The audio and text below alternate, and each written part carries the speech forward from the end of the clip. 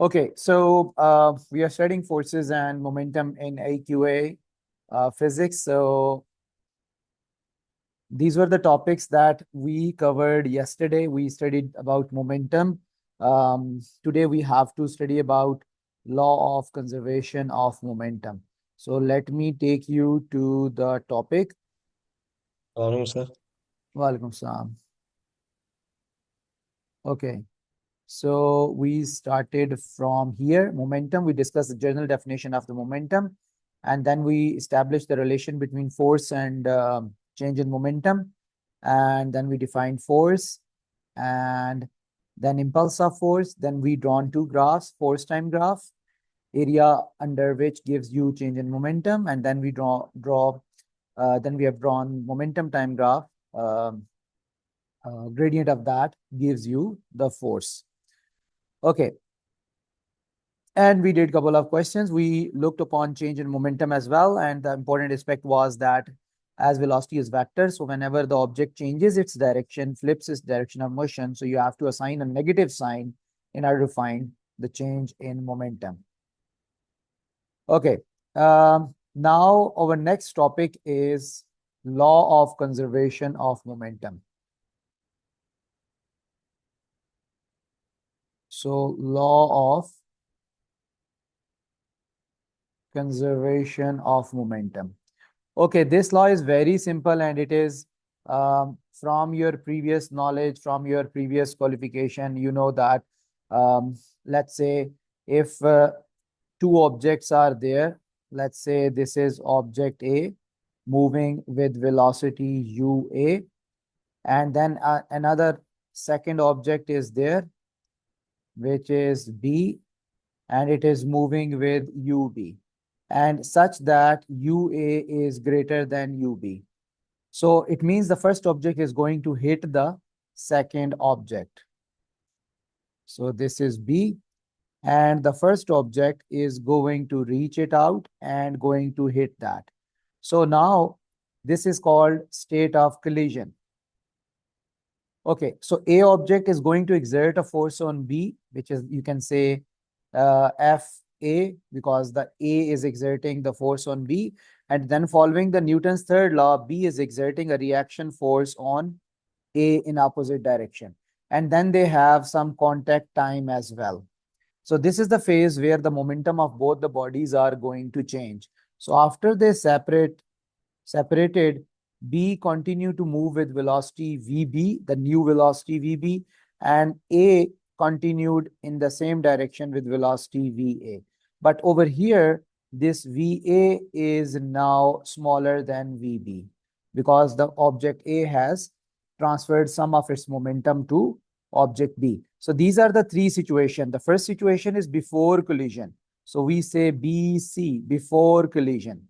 And this is during collision, DC. DC is during collision. And this is AC. AC is after collision. So these are the three states. So based on this, we can write that, we can write the statement. So the statement is for isolated system. Isolated means on which there is no external force. Like when they're colliding each other, only action and reaction forces are there. No other forces are there like friction, air drag, or no third force is present. Only the action FA and reaction minus FB are present. So that's why we say that this system is isolated system.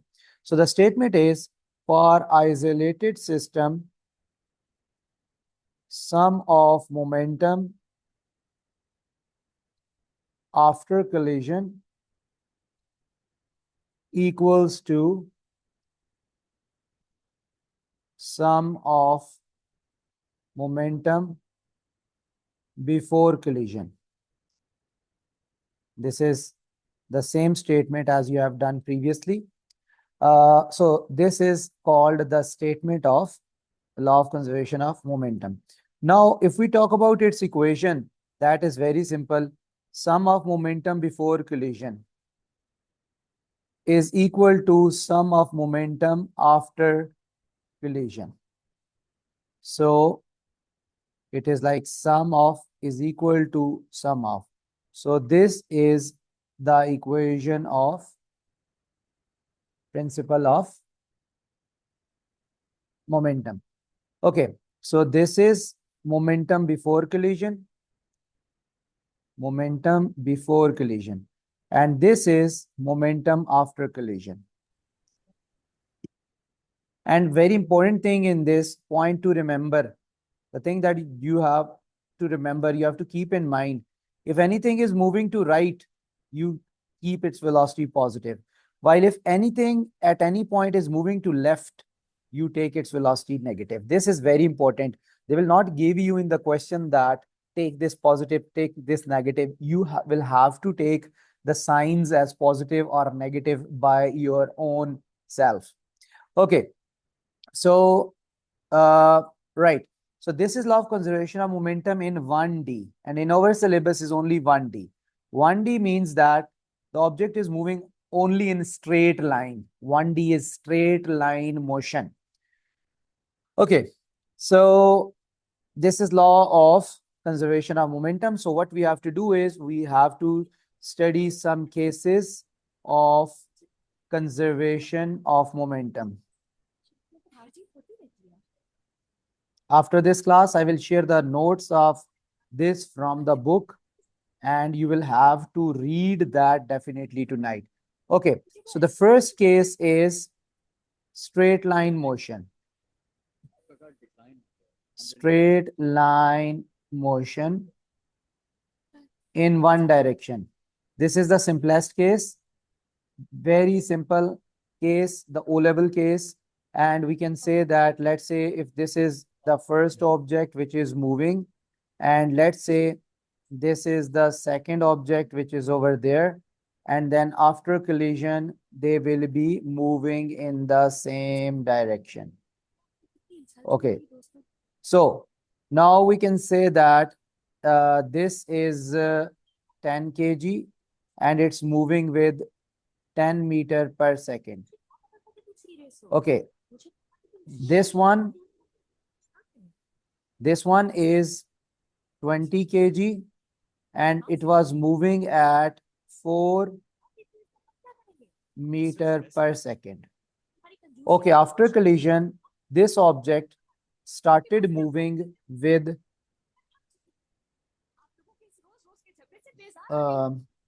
or this maybe. The first one, the red one, this started moving with 6 meter per second.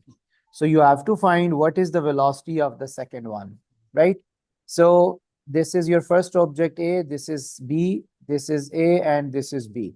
So as this is a simple case, so you will only apply the law of conservation of momentum like this.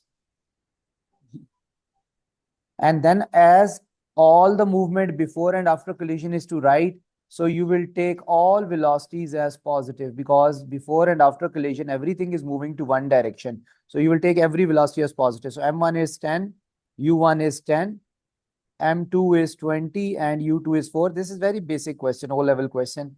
You can say this is just the starter question. M1 is 10 and its velocity is 6, and M2 is 20, and you have to find its velocity. So after simplifying it, you will get your answer. 180 minus 60 over 20. So this is 6 meter per second. So both the objects will be moving with same velocity.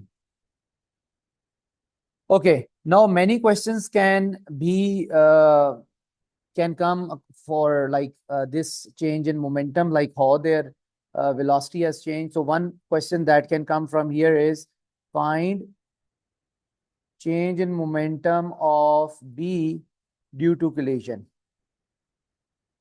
So what is the change in momentum of B due to collision? So firstly, we say that before collision, B is 20 kg and it was moving with 4 meter per second. And after collision, it started moving with 6 meter per second and its mass is 20 kg. So we say, okay, this is mu and this is mv. This is before collision, 420s are 80, and this is after collision, which is 26 are 120. It means that change in momentum is final momentum minus initial. So this is 120 minus 80. So you will say it is 40. Hold on.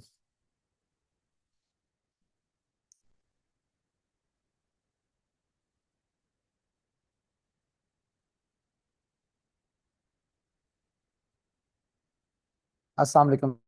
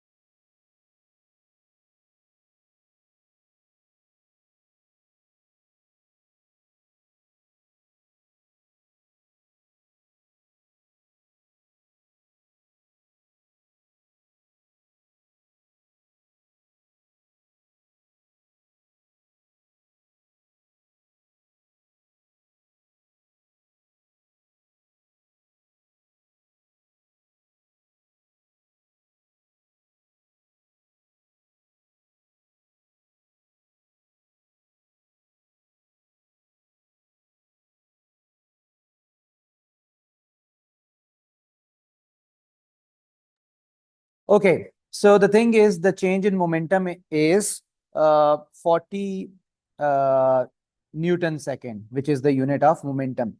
Okay, so in the similar way, they can ask you to find the change in momentum for A, change in momentum for A.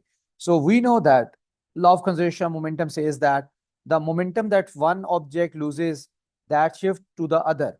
So if the B is gaining this 40, then obviously A will be losing this 40, right?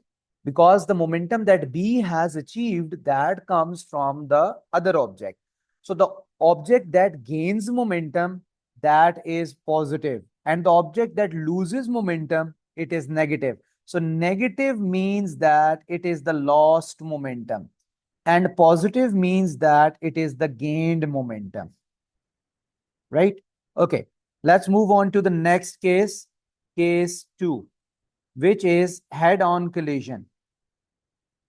Head-on collision. Okay, remember that we are dealing these cases for isolated bodies. Isolated system mean there is no air resistance, and we use one thing which is air track. I will show you the diagram for that. And in AQA questions, the air track is used uh, to collide the objects to find their momentum. It's just a, you can say, a device. Air track is just a pipe in which the air is coming out and the object on it moves straight, so that the object will not be in contact with that body. So it is only in contact with air. So that's why there is no friction. So the air track is used to remove the friction between the object and the surface.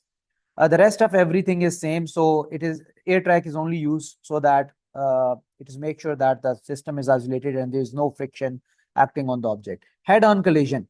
Head-on collision mean that if this is the body A which is moving this way with velocity u1, and then there is another body which is this B, and it is coming this way with u2. So obviously this is before collision, so they're gonna hit each other.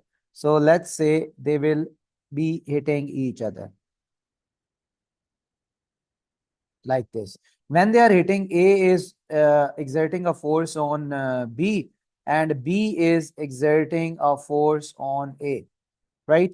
So this is called during collision. During collision, change in momentum happens. Change in momentum happens. And we know that change in momentum is equal to force into time. So this T is the contact time between the two bodies, that for how long they remain in contact. And this F is actually the force that one object exerts on other. This F is FA, or this F can be FB as well. And both of these are equal, only they are in opposite direction. So we put negative sign with one of them. So it means that as they have same time and same force, so obviously the change in momentum would be same. It's only that one body is going to lose the momentum and other body is going to gain the momentum. Okay, so when the bodies will separate out, they can behave in different way. It depends. They can rebound, like this B goes in this direction, like this, and A can go in this direction. But it all depends that which mass is bigger, which mass is faster, which mass is having more momentum. Okay, so equation for this, if I have to write the equation, so I will write MA UA or maybe u1 because I have written 1 over there. And then maybe I will put 1 over there because this is body 1 and this is body 2. Okay, plus m2 and minus u2. Okay, why minus u2? Can someone tell me why I have used minus u2 but not minus u1? Can someone tell me about it? क्योंकि sir ये opposite direction में जा रहा है इसलिए। Yes, because it is to left. So if anything is moving to left, we say that its direction is negative. Yes, Zainab, you're right. Okay, so then M1 minus V1 plus M2 and V2. So just putting the values, you can find anything because they can ask you to find the velocity of first object after impact, velocity of the second object after impact. And similarly, they can ask you to find the change in momentum of the first object, or they can ask you to find change in momentum of the second object. So this is head-on collision. Okay, so now we have to look for case number 3. Case number 3 is sticking case. Sometimes it happens that two objects are moving, or let's say we can say if this one object is moving this way, this is object 1 moving with u1, and the other object is at rest. So let's say this object number 2 is at rest. It's not moving. But when the first object hits it, what's going to happen is that both the objects stick together. So both of these objects stick together and they move off with a common velocity v. So let's say this is the common velocity. So now in this case, if we apply the law of conservation of momentum, it will be m1 u1 plus m2 u2 equal m1 v1 plus m2 v2. Now putting the values, so u1 is u1, okay, but this u2 is 0. So this will be m2 into 0 because it is at rest. Then m1 and this v1 is v because both of them are moving with this common velocity. And this v2 is also v because both are stick together and they are moving with the same velocity. So what you do is you take v as the common from there. So you just take v as common. And this m2 into 0 is 0. So this is like m1 u1. So from here, you shift this to the other side and it is going to be divided over there. So you will do m1 u1 divided by m1 plus m2 is equal to v. So that is how you find the velocity of the common velocity of the object. You can just finish the question here. You can just plug in the values, just plug values here, and you can get your answer. Okay, so this was case 3. Now let me tell you about case 4. Case 4 is explosion case. Explosion case or decay case. So explosion case is like when a firecracker explodes, so then how it moves. And decay case, if you have studied radioactivity in O levels, so you know that when uranium or any other heavy nucleus, radioactive nucleus emits alpha particle, so that is the decay case, alpha, beta particles. Okay, so explosion case. So let's say this is the mass m, which is at rest. So its momentum is 0 because it is m1 u1. So m1 into u0 because it is at rest. So its initial momentum is completely 0. Now something is going to happen and it is going to explode, and it is going to explode in two parts. So let's say this is the first part in it. It is going to be explode, and this is the second part. So this is m1 and this is m2. Two parts. And then after explosion, both the parts are going to move in opposite direction. They always move in opposite direction. Okay. So momentum after collision is, m1 v1 plus m2 v2. But here v1 is going left side, so we will take v1 as negative. And v2 is to right side, so v2 is positive. So it means it is minus m1 v1 plus m2 v2. So this is the momentum after collision.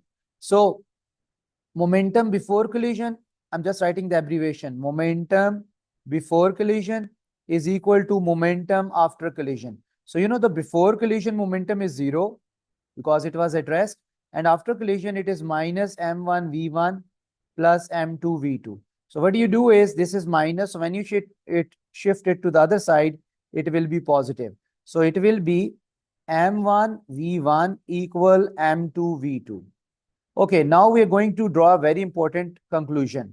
We can say V1 over V2, like we shift V2 here, it is going to be divided, and we shift M1 over there, it is going to be divided. So it is like this. So this is our final expression. V1 over V2 is equal to M2 over M1. So we can say that as V1 over V2 is M2 over M1, so we can say that V and M are inversely proportional. Why? Because this is V1, this is M2, this is V2, this is M1.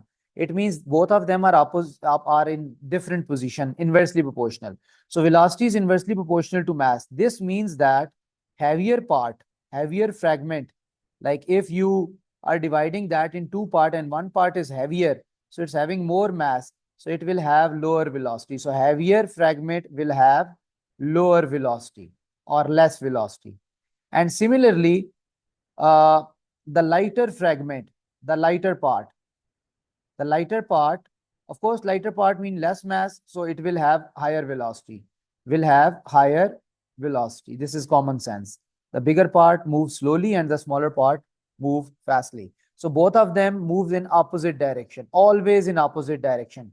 Why in opposite? Why not after explosion they start moving in same direction? The answer is in order to keep the momentum conserved. So let's say the question is, okay, the question is that why the two masses always move in opposite direction? Who will tell me the answer in terms of momentum? You have to explain this in terms of momentum. Why these two masses always move in opposite direction after the explosion? Why not they are moving in same direction?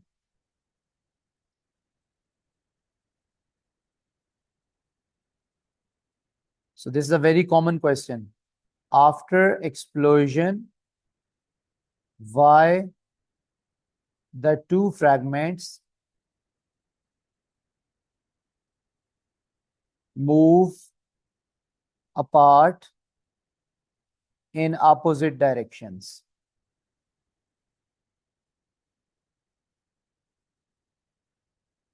Why they move in opposite direction? Let's say I can draw the situation again for you. This is before explosion, BE, before explosion. It was at rest, so its momentum is 0. And then after, the two fragments are like this. One is lighter like M1, and this one M2 is bigger. M1 moves this way with V1, M2 moves that way with V2. And we say as M2 is bigger than M1, so obviously V2 will be smaller than V1. This is the common sense thing. So the question is why they are moving in opposite direction. You have to explain your answer in terms of law of conservation of momentum. So hint is use law of conservation of momentum. Law of conservation of momentum. This is not the maths LCM. This is law of conservation of momentum. So you have to write in the chat box why these two bodies always move in opposite direction after the explosion. Can you? Hello?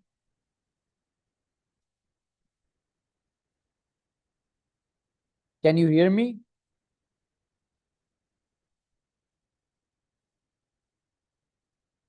Am I audible?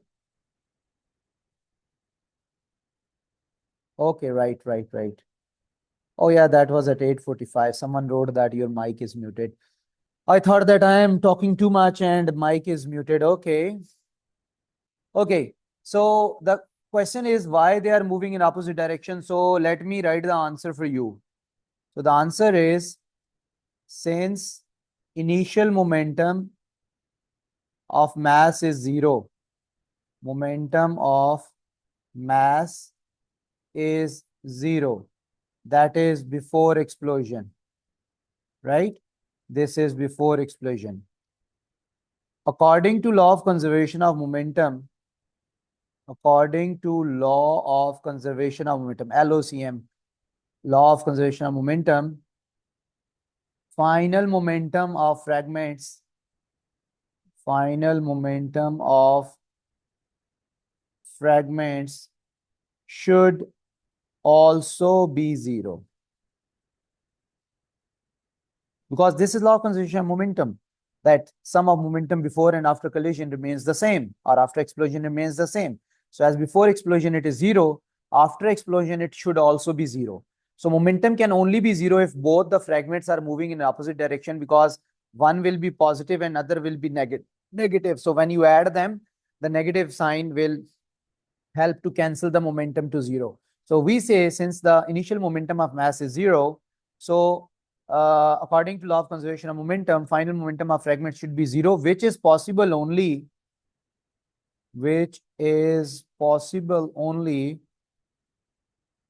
if two masses move apart in opposite directions. So this is the answer. Okay, right? If you have any doubts, any question, you may ask.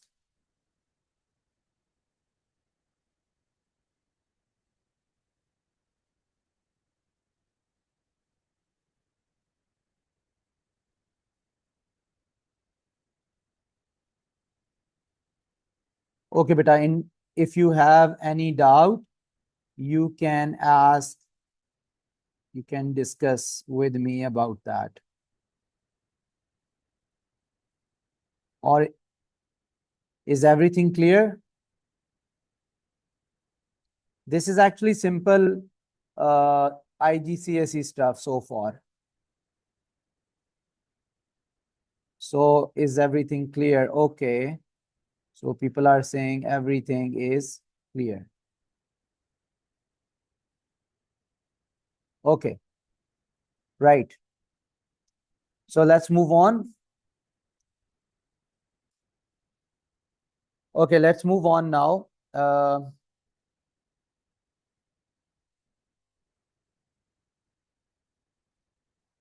Okay, let's move on.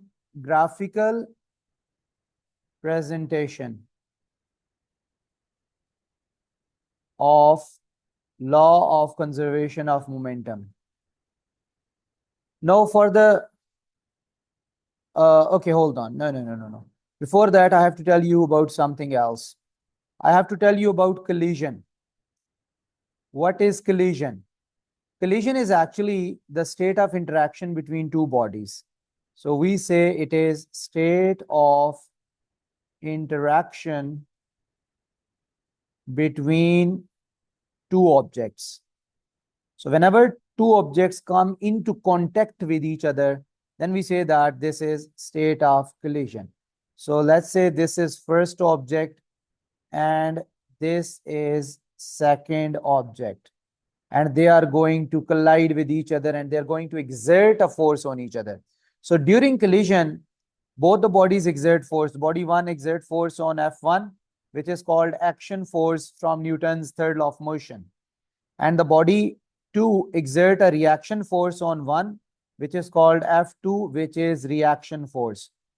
Now, if we look for Newton's third law of motion over here, so Newton's third law of motion states that every action is equal but opposite to reaction.